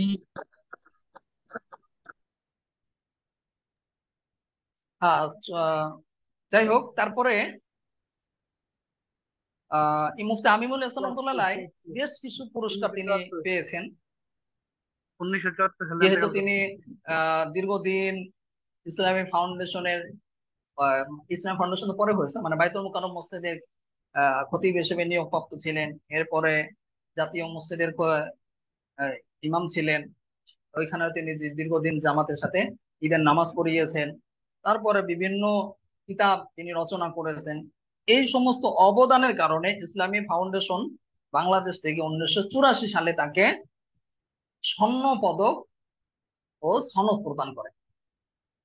ইসলামী ফাউন্ডেশন থেকে তাকে কি পুরস্কৃত করা হয়। 1984 সালে তাকে স্বর্ণ পদক এবং সনদ প্রদান করা হয়। তো এই মোটামুটি আমরা মুসান্নিফ রহমতুল্লাহ সংক্ষিপ্ত একটা জীবনী সম্পর্কে আমরা জানলাম। আসলে এই বিষয়ে আপনারা যদি আরো বিভিন্ন কিতাবাদি ঘাটাঘাটি করেন, বিভিন্ন সরাসরি হাত ঘাটাঘাটি করেন, তাহলে আরো বিস্তারিত তার জীবনী সম্পর্কে জানতে পারবেন। আর জানাটা কি জন্য দরকার একটু আগে কিন্তু বলেছি, বড়দের জীবনী পড়লে নিজের মধ্যে বড় হওয়ার আগ্রহ জন্মায় এবং বড় হতে মন চায়। এই জন্য আপনারা ওনার সম্পর্কে আরো জানার চেষ্টা করুন। এখন আপনাদেরকে আমি কয়েকটি সাংকেতিক চিহ্নর কথা বলছি। এতক্ষণ আমরা মুসান্নিফ রহমতুল্লাহর জীবনী সম্পর্কে আলোচনা করেছি, জীবনীটা শেষ।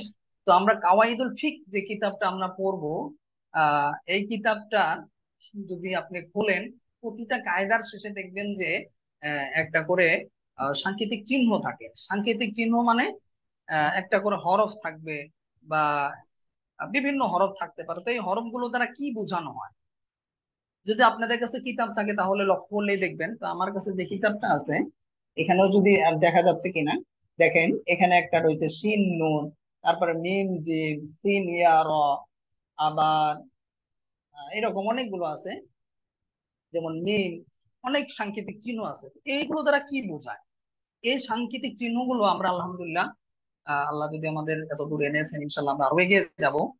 এই কিতাবের মধ্যে মোট 426টি কায়দা আছে। কয়টা কায়দা আছে? 426টি কায়দা আছে। এই কায়দাগুলো আমরা ধাপে ধাপে পড়ে ফেলবো ইনশাল্লাহ। আমরা প্রথম সাময়িকের প্রথম সাময়িক পরীক্ষার আগ পর্যন্ত আমরা এই কিতাবটা পড়ে শেষ করবো ইনশাআল্লাহ, এর মধ্যে শেষ করবো। তো আজকে আমরা এখন কিছু সাংকেতিক চিহ্ন সম্পর্কে জানবো। ইতিমধ্যে আপনাদেরকে বললাম যে কিতাবের মধ্যে কিন্তু সাংকেতিক চিহ্নগুলো আছে। যদি আপনাদের কাছে, যাদের কাছে কিতাব আছে তারা তো অবশ্যই দেখতে পাচ্ছেন, যাদের কাছে কিতাব নেই কিতাবটা সংগ্রহ করার চেষ্টা করবেন। পিডিএফ না খুঁজলেই ভালো হয়। পিডিএফ যদিও অনলাইনে পাওয়া যায়, বিভিন্ন ভাবে আপনি কালেক্ট করতে পারবেন। আমরা দেই না ইচ্ছা করেই, ইচ্ছা করলে আমরা দিতে পারি। কেন দেই না? পিডিএফ দিলে ছাত্ররা মৌলিক কিতাব আর পড়েই না, পিডিএফ মোবাইলের মধ্যে থাকে আর পড়াই হয় না। এই জন্য ফায়দার দিকে লক্ষ্য করে আমরা পিডিএফ দিচ্ছি না, আপনারা কিতাবটা সংগ্রহ করবেন। বাংলা আরবি সহ যদি কেনেন তাও 120 টাকা লাগে। মাত্র 120 টাকার জন্য আপনি কেন একটা মৌলিক কিতাব, সুন্দর একটা কিতাব, ইফতার একটা জরুরি একটা কিতাব কেন আপনি বঞ্চিত হবেন? আপনি যদি কিতাবটা সংগ্রহ করে রাখেন, আপনি পড়বেন, আপনার ছেলে মেয়ে পড়বে, এমন কোন নাতিপুতিরাও পড়তে পারে, যে বলবে যে আমার দাদা কিনে রেখেছিল, আমার দাদার কিতাব আমরাও পড়ছি। এই জন্য কিতাবটা সংগ্রহ করার চেষ্টা করবেন। তো এই কিতাবের মধ্যে বেশ কিছু সাংকেতিক চিহ্ন আছে, এই চিহ্নগুলোর আমি একটু নামগুলি বলবো, ব্যাখ্যা করবো, তারপরে আমাদের দর্শ আজ পর্যন্ত শেষ করে দেবো ইনশাল্লাহ। এই সাংকেতিক চিহ্নগুলো কেন আমরা জানবো, কেন আমাদের পরিচয় জানার দরকার আছে? কারণ হলো মুসান্নিফ রহমতুল্লাহ 426টি যে কায়দা এনেছেন, এই কায়দাগুলি এই জন্য এনেছেন যাতে করে, আরেকটা কথা বলে আপনাদেরকে, এই যে 426টা কায়দা এটা কিন্তু একটা কিতাবের না, যে এক জায়গা থেকে তিনি এনেছেন না, বিভিন্ন কিতাব থেকে তিনি কালেক্ট করেছেন। আর একটু সহজ ভাষায় বললে সংকলন করেছেন বলে। কি করেছেন? সংকলন করেছেন, বিভিন্ন কিতাব থেকে, বিভিন্ন জায়গা থেকে তিনি এটা কালেক্ট করেছেন। তো আমাদের সহজতার জন্য তিনি এই সিস্টেমটা করেছেন। এখানে আরেকটি বিষয় আছে, এটা হলো খেয়ানত যেন না হয়। অন্যের লেখা, অন্যের জিনিস আমি নিজের নামে যদি চালিয়ে দিই, এটা হলো খেয়ানত। আর এটা সরকারি দৃষ্টিকোণ থেকেও, বাংলাদেশের আইন অনুযায়ী এবং ইসলামী দৃষ্টিকোণ থেকেও কি এটা গুনাহের কাজ, বা এটা শরীয়ত সম্মত নয়। সরকারি দৃষ্টিকোণ থেকে এটা অপরাধ, দণ্ডনীয় অপরাধ।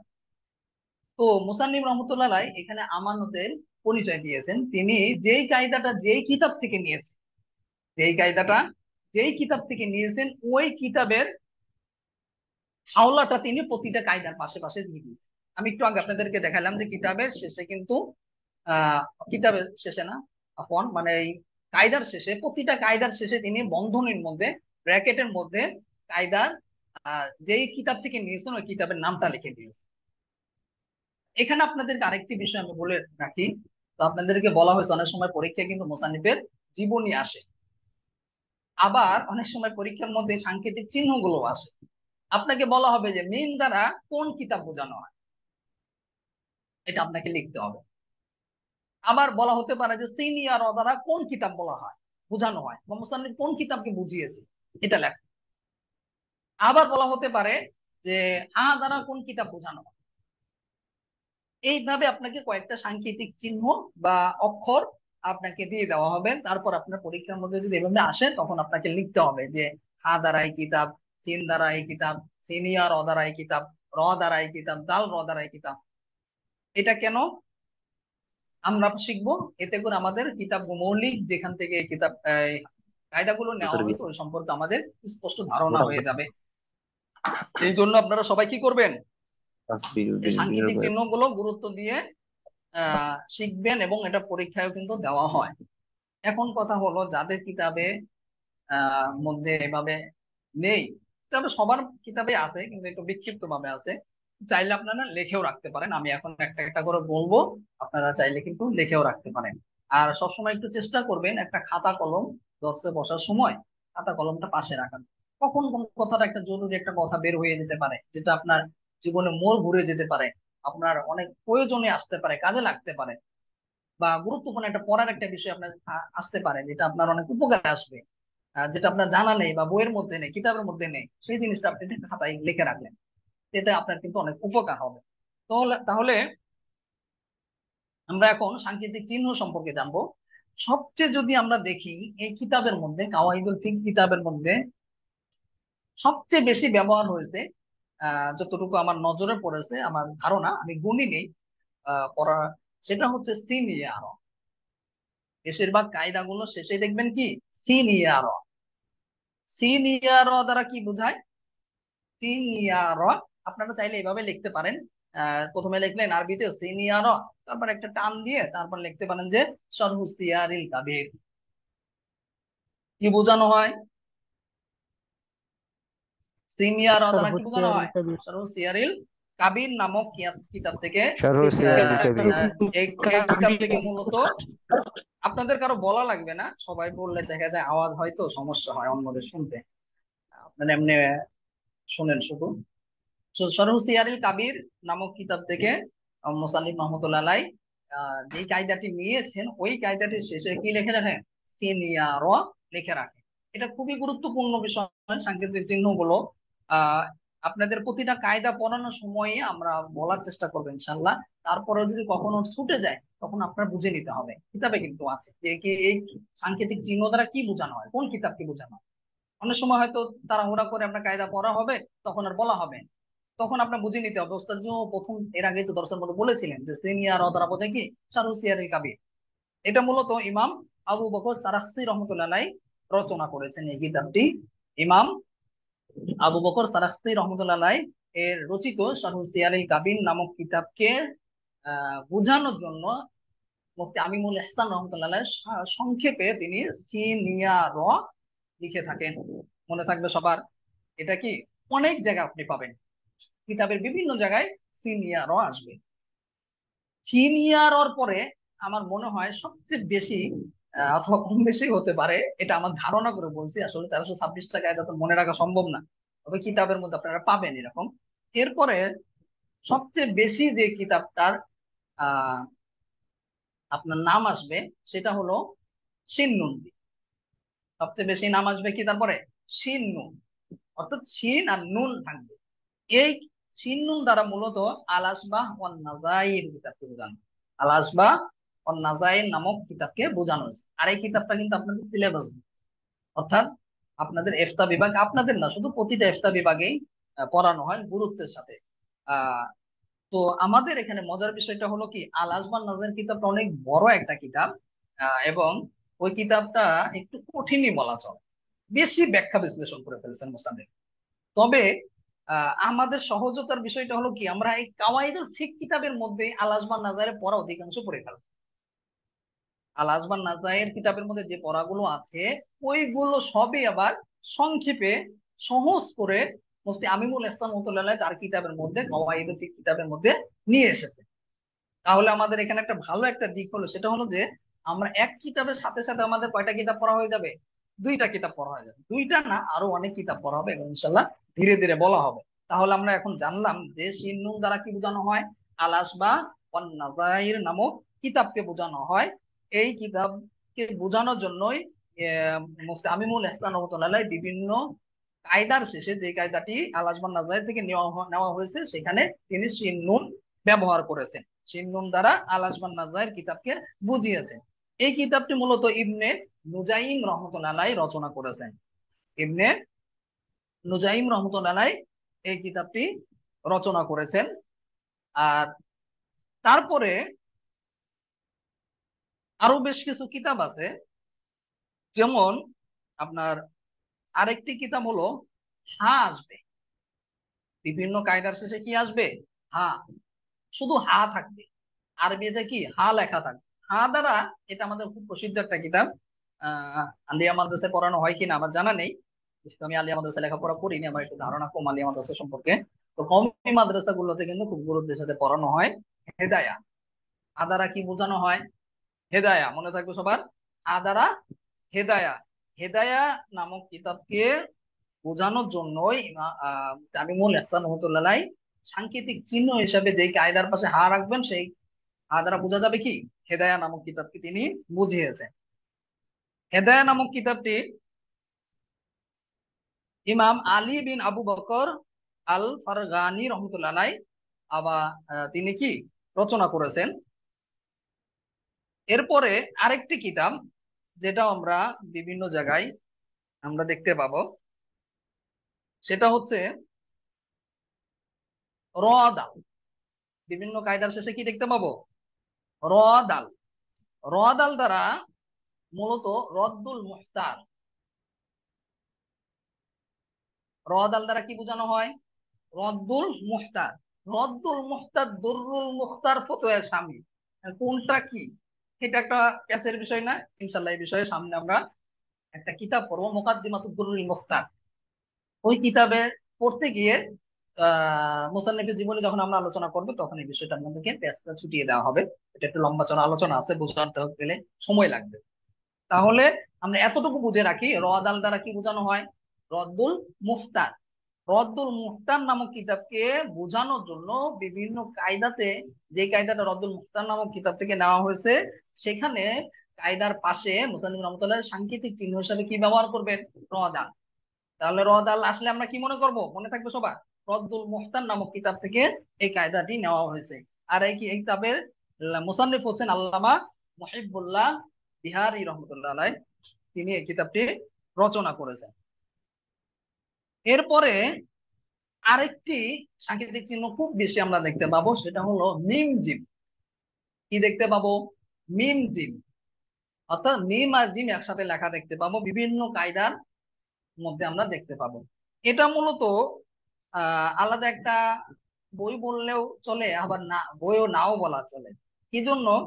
মূলত এটা তুরস্কের বেশ কিছু উলামায়ে কেরামের, আরেকটু আমরা এভাবে বলতে পারি, বেশ কিছু উলামায়ে কেরামের দ্বারা গঠিত বোর্ডের মাধ্যমে একটা পত্রিকা প্রকাশিত হতো। ওই পত্রিকার মাধ্যমে কি বিভিন্ন সিরিজ আকারে এগুলো কায়দাগুলো প্রকাশ করা হয়েছিল। বিভিন্ন শরী যে নীতিমালা রয়েছে, নীতিমালার আলোকে বিভিন্ন কায়দা রচনা করে প্রকাশ করা হয়েছিল। পরবর্তীতে এটাই কি একটা কিতাবের মতো রূপ নেয়। তো আমরা মিম জিম দ্বারা কি বুঝলাম? মিম জিম দ্বারা মাজাল্লা নামক কিতাবকে বোঝানো হয়েছে, যেটা তুরস্কের স্থানীয় উলামায়ে কেরামের দ্বারা গঠিত একটা বোর্ডের মাধ্যমে যে পত্রিকা প্রকাশিত হতো। ওই পত্রিকার এই উদ্দেশ্য করে মুফতি আমিনুল ইহসান রহমাতুল্লাহ মিম জিম বুঝিয়ে থাকেন। যে সমস্ত কায়দার পাশে আমরা মিম জিম দেখতে পাবো, তাহলে আমরা বলবো কি এটা মাজাল্লা নামক কিতাব থেকে নেওয়া হয়েছে। বারবার আমি বলছি, একটু ব্যাখ্যা করে বারবার বলছি কেন, যাতে করে আপনাদের মনে আসে, মনে থাকে। এটা কিন্তু আমরা প্রতিটা কায়দায় পাবো, প্রতিটা কায়দায় এই বিষয়গুলো আসে, তখন যেন আবার বারবার না বলতে হয়। অনেক কথা অনেকে আছে আবার বলবেন যে ওস্তাদ যে বললেন না, তো আমরা মাঝে মধ্যে বলা হবে, মাঝে মধ্যে বলা হবে না। তো এই জন্য বলা নাও হতে পারে, কারণ এক কায়দা তো একই কিতাব থেকে বারবার আসতে পারে, সময় সংক্ষেপের জন্য অনেক সময় বলা যে হবে না। অনেক তো কথা এখন আটকে আপনারা গেছে, ভালো তার করে কারণে বিষয়টা শোনা যায়নি। আহ মনে রাখার চেষ্টা করেন। যে অনেক কথা আটকে গেছে, তার কারণে শোনা যায়নি। তারপরে আটকে গেলে আসলে ভাই আপনার ওইখানে আটকে গেছে মানে যে সবার এখানে আটকে গেছে এমন না। একটু আগে তো বললাম নেটওয়ার্কের সমস্যার কারণে অনেক সময় আপনার ওইখানে আটকে যেতে পারে, আপনি বের উস্তাদ হয়ে জি ঠিক যেতে পারেন। আছে। এখন এখন যদি আবার শুরু থেকে যদি বলি তাহলে তো ভাই হবে না, আপনি একটু কষ্ট করে ভিডিও দেখে নেবেন। আচ্ছা, মিম জিম দ্বারা কি বোঝানো হয়? মাজাল্লা নামক কিতাবকে বোঝানো হয়। এরপরে আরেকটি কিতাব আমরা অনেক জায়গায় দেখতে পাবো সাংকেতিক চিহ্ন হিসেবে, সেটা হলো কাপর। কি দেখতে পাবো? কাপর। কাপর বিভিন্ন কায়দার পাশে যদি আমরা ব্র্যাকেটের মধ্যে বন্ধনের মধ্যে কাপর দেখতে পাই, তাহলে এর দ্বারা বুঝে নেব যে কাপর দ্বারা উসুলে কারখি নামক কিতাবকে বোঝানো হয়েছে। কিতাবটার নাম কি? উসুলে কারখি।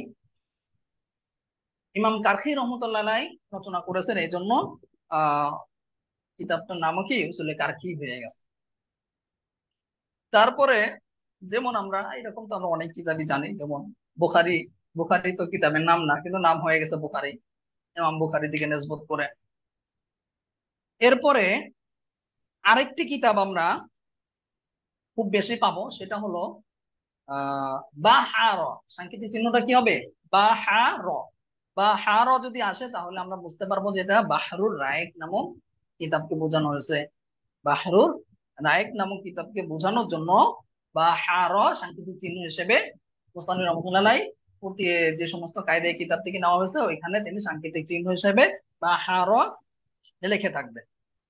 আর বাহার দ্বারা যে কিতাবটা তিনি বুঝিয়েছেন বাহরুর রায়েক, এই কিতাবের মুসান্নিফ কে? ইবনে নুজাইম রহমতুল্লাহ আলাইহি। একটু আগে কিন্তু আমরা আরেকটা কিতাবের নাম শুনেছিলাম যেটা উনারই লেখা, মনে আছে সবার? সেটাও কি? আল আসবান নাজায়ের। তো একই মুসান্নিফের লেখা, এই কিতাব থেকেও কিছু কিছু কায়দা মুসান্নিফ রহমতুল্লাহ আলাইহি নিয়েছেন। এই জন্য বাহার আসলে তাহলে আমরা বুঝতে পারবো কি বাহরুর রায়েক নামক কিতাবকে বোঝানো হয়েছে। এরপরে আরেকটি কিতাব আমরা বিভিন্ন কায়দার পাশে সাংকেতিক চিহ্ন হিসেবে দেখতে পাবো, কিতাবের নাম সেটা হলো নুন। শুধু কি লেখা থাকবে? নুন লেখা থাকবে। নুন দ্বারা বোঝানো হয়েছে তাসিসুন নাজরি। তাসিসুন নাজরি নামক কিতাবকে বোঝানোর জন্য মুসান্নিফ রহমতুল্লাহ আলাইহি বিভিন্ন কায়দার পাশে তিনি নুন লিখে রাখবেন, বিস্তারিত নামটা তিনি লিখবেন না। আর তাসিসুন নাজরি নামক কিতাবটি রচনা করেছেন ইমাম দাবুসি রহমতুল্লাহ আলাইহি। রচনা করেছেন কে? ইমাম দাবুসি রহমতুল্লাহ আলাইহি। আপনারা যদি বিভিন্ন কিতাবের মধ্যে দেখেন, বিভিন্ন জায়গায় এখানে আরো বিস্তারিত অনেক কিছু থাকে। আমি চাই সবসময় ছাত্রদের কিভাবে সহজ হয়, শুধু কিতাবটার নামটা মনে রাখবেন আর কিতাবের লেখকের নামটা। আর পরীক্ষার মধ্যে যদি বলা হয় যে লেখকের নাম সহ লেখেন, তাহলে লিখবেন। আর যদি বলা হয় যে শুধু সাংকেতিক চিহ্ন দ্বারা কোন কিতাব বোঝানো হয়েছে, কিতাবটার নাম লেখেন, এতটুকু লিখবেন।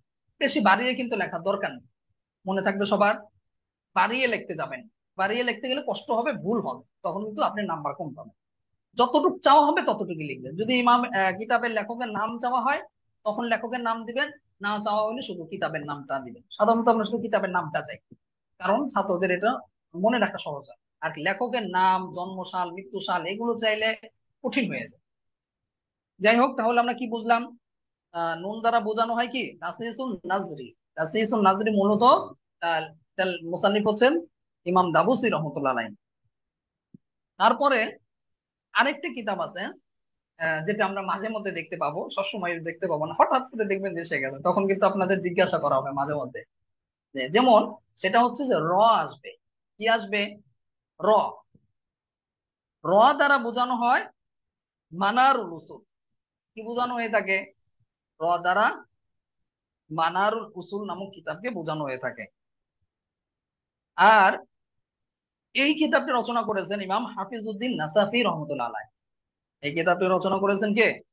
ইমাম হাফিজউদ্দিন নাসাফি রহমতুল্লাহ আলাইহি রচনা করেছেন। তো যে কায়দার শেষে আমরা দেখতে পাবো র রয়েছে, ওইটা দ্বারা আমরা কি বুঝে নেব? মানারুল উসুল নামক কিতাবকে মুসান্নিফ বুঝিয়েছেন। এরপরে এর আগে আমরা জানলাম যে র দাল দ্বারা কি বোঝানো হয়? রদ্দুল মুহতার। আরেকটি কিতাব আছে, সেটার নাম আমি একটু আগে বলেছিলাম, ওইটাও মাঝে মধ্যে আসবে। সেটা হলো কি? দাল র। একটা হলো র দাল আর একটা হলো দাল র, মনে রাখতে হবে কিন্তু। একটা হলো র দাল আর একটা হলো দাল র। অনেকে প্যাচ লাগিয়ে ফেলে, দুইটার নামে প্যাচে লাগিয়ে ফেলে। র দাল যখন আসবে তখন বলতে হবে রদ্দুল মুহতার। মাঝে মধ্যে আপনাদের জিজ্ঞাসা করা হবে যেটার দ্বারা কোন কিতাব বোঝানো হয়েছে, তখন বলবেন রদ্দুল মুহতার। আর যদি দাল র বোঝানো হয় তখন কি বলতে হবে? দুররুল মুখতার। মনে থাকবে সবার, দাল র দ্বারা কি বোঝানো হয়? দুররুল মুখতার। তো দাল র যখন আসবে যে কায়দার পাশে, তখন আমরা বুঝে নেবো যে এর দ্বারা কি দুররুল মুখতার বোঝানো হয়। আর এই কিতাবটি রচনা করেছেন আল্লামা হাসকাফি রহমতুল্লাহ আলাইহি। হাসকাফি রহমতুল্লাহ আলাইহি রচিত ওই দুরুল মুখতারকে কিতাবকে বোঝানোর জন্য মুসান্নিফ রহমতুল্লাহ বিভিন্ন সময় সাংকেতিক চিহ্ন হিসেবে কায়দার পাশে দাল র ব্যবহার করবেন। এরপরে আরেকটি কিতাব, সেটা হলো সাংকেতিক চিহ্ন হিসেবে আরেকটি কিতাব বোঝানোর জন্য মিম ব্যবহার করবে। কি ব্যবহার করবে? মিম, শুধু মিম। মিম যদি আসে তাহলে আমরা বুঝতে পারবো যে এটাকে মুসান্নামাতুস সুবুত নামক কিতাবকে মুসান্নিফ রহমতুল্লাহ আলাইহি বুঝিয়েছেন। এই জন্য এখানে সাংকেতিক চিহ্ন হিসেবে মিম এনেছেন, মনে থাকবে সবার। আর মুসান্নামাতুস সুবুত আল্লামা মুহিবুল্লাহ বিহারী রহমতুল্লাহ আলাইহি রচনা করেছেন। এই জন্য এই কিতাবটি যখনই আসবে আমরা কি মনে রাখবো যে মিম দ্বারা কি বোঝানো হয়? মুসাল্লামাতুস সুবুত নামক কিতাবকে বোঝানো হয়। এই হলো মোটামুটি কয়েকটি সাংকেতিক চিহ্ন আপনাদেরকে বললাম। মোটামুটি এগুলোই বেশি আসবে। এর বাইরে হয়তো এক দুইটা আসতে পারে, নাও আসতে পারে। এগুলোই মূলত ঘুরে ফিরে আসবে, এগুলোই বেশি। অর্থাৎ এই সমস্ত কিতাব থেকে আপনার বিভিন্ন আওলা মুসান্নিফ রহমতুল্লাহ আলাইহি দিবেন। তাহলে আমরা যদি বলি একবার একটু রিভিশন দেয়, যেমন শিন নুন আসবে। শিন নুন দ্বারা কি বোঝানো হবে? আল আসবা ওয়ান নাজাইন নামক কিতাবকে বোঝানো হবে। এটা অনেক বেশি পাবো আমরা, কারণ কি একটু আগে বলেছি যে আল আসবান নাজার কিতাবটাকে সহজ করার জন্য মুসান্নিফ রহমতুল্লাহ আলাইহি অনেকগুলো কায়দা ওই কিতাব থেকে নিয়ে কিতাবের মধ্যে এনেছেন এবং সহজ করে লিখেছেন। এই জন্য শিন নুন আমরা অনেক বেশি দেখতে পাবো। তারপরে আরেকটি বেশি দেখতে পাবো, সেটা হলো সিনিয়র। সিনিয়র দ্বারা কি বোঝানো হয়? শারহু সিয়ারিল কাবির বোঝানো হয়। তারপরে আমরা দেখতে পাবো মিম জিম। মিম জিম দ্বারা কি বোঝানো হয়?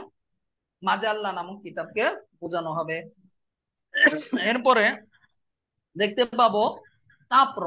তাপর দ্বারা উসুলে ইমাম কারখি রহমতুল্লাহ আলাইহ কিতাবকে বোঝানো হবে, বা সংক্ষেপে আমরা বলতে পারি উসুলে কারখি।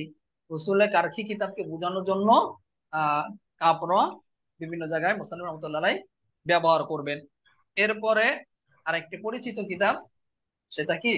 হেদায়া। হেদায়া নামক কিতাবকে বোঝানোর জন্য মুসান্নিফ রহমতুল্লাহ আলাইহ হা সাংকেতিক চিহ্নটা ব্যবহার করবেন। এরপরে তিনি র দাল ব্যবহার করবেন বিভিন্ন কায়দার শেষে। র দাল দ্বারা কি বোঝানো হবে? রদ্দুল মুহতার। আবার দাল র ব্যবহার করবেন, দাল র দ্বারা কি বোঝানো হবে? দুররুল মুখতার।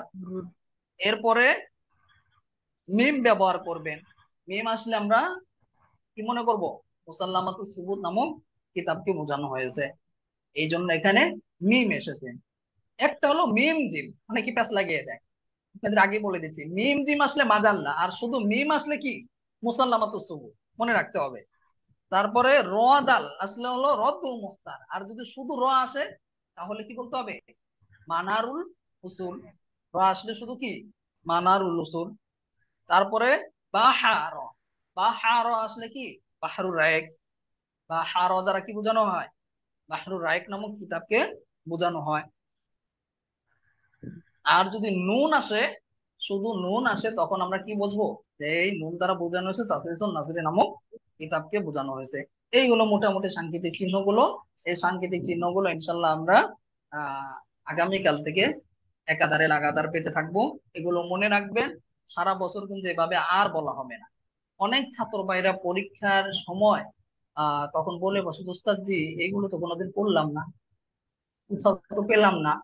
তখন কিন্তু এই কথা বলে বসবে, অথচ কিতাব শুরুর আগেই, মানে মূল কায়দা পড়ার আগে কিন্তু এগুলো বেশ মোটামুটি 15 মিনিট চলে গেছে, আস্তে আস্তে বলা হয়েছে। তখন যেন এই কথা না বলা হয়। তো আপনারা এই কায়দাগুলো, যে সাংকেতিক যে চিহ্নগুলো আছে, এগুলো কণ্ঠস্থ মুখস্থ ছোটস্থ করে ফেলবেন, যাতে করে আপনি দেখলেই কায়দার পাশে সাথে সাথে যেন বলতে পারেন। আপনাদেরকে মাঝে মধ্যে জিজ্ঞাসা করা হবে যে বলেন তো মিম দ্বারা মুস্তাফিজ রহমতুল্লাহ আলাইহি কোন কিতাবকে বুঝিয়েছে, তখন আপনাদেরকে বলতে হবে। আশা করি সবাই এই বিষয়গুলো মনে রাখবেন। 10:30 বেজে গেছে, 15 মিনিট বেশি হয়ে গেছে। 1 ঘন্টা ক্লাসের কথা বলা থাকে, কিন্তু একটু বেশি হয়ে যায়।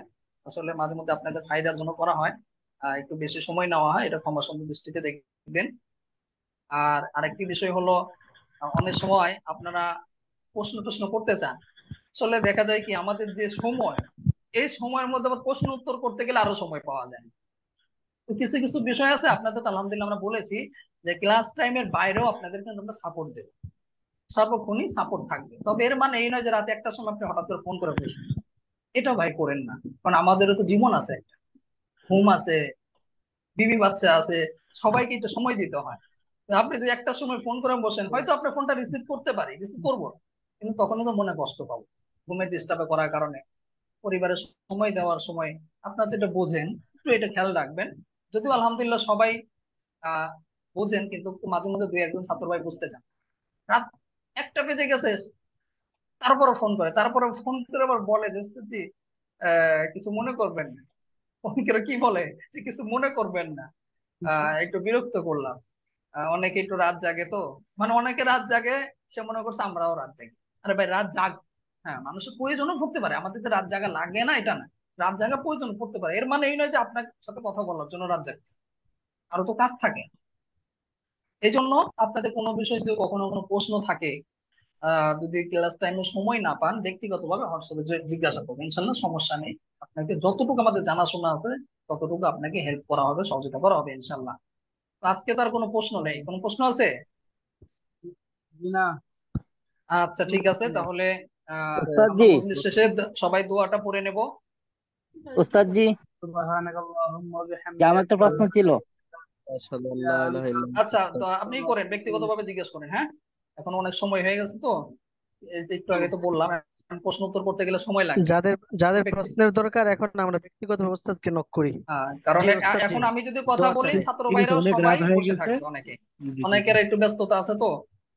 এমনি তো 15 মিনিট বেশি হয়ে গেছে। আর উস্তাদ জি আমরা আজকে আরেকটি বিষয়ে করব, সবাই দোয়ার মাধ্যমে আমরা মজলিস শেষ করব।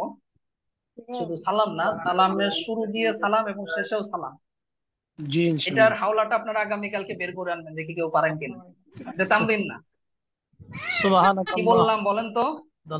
মজলিসের শুরুতে মজলিসের অনেকে কি করে সালাম সালাম। দেয় না, আবার জি শেষেও সালাম দেয়। এটা ভিত্তি কি? আসসালামু কবলাল কালাম।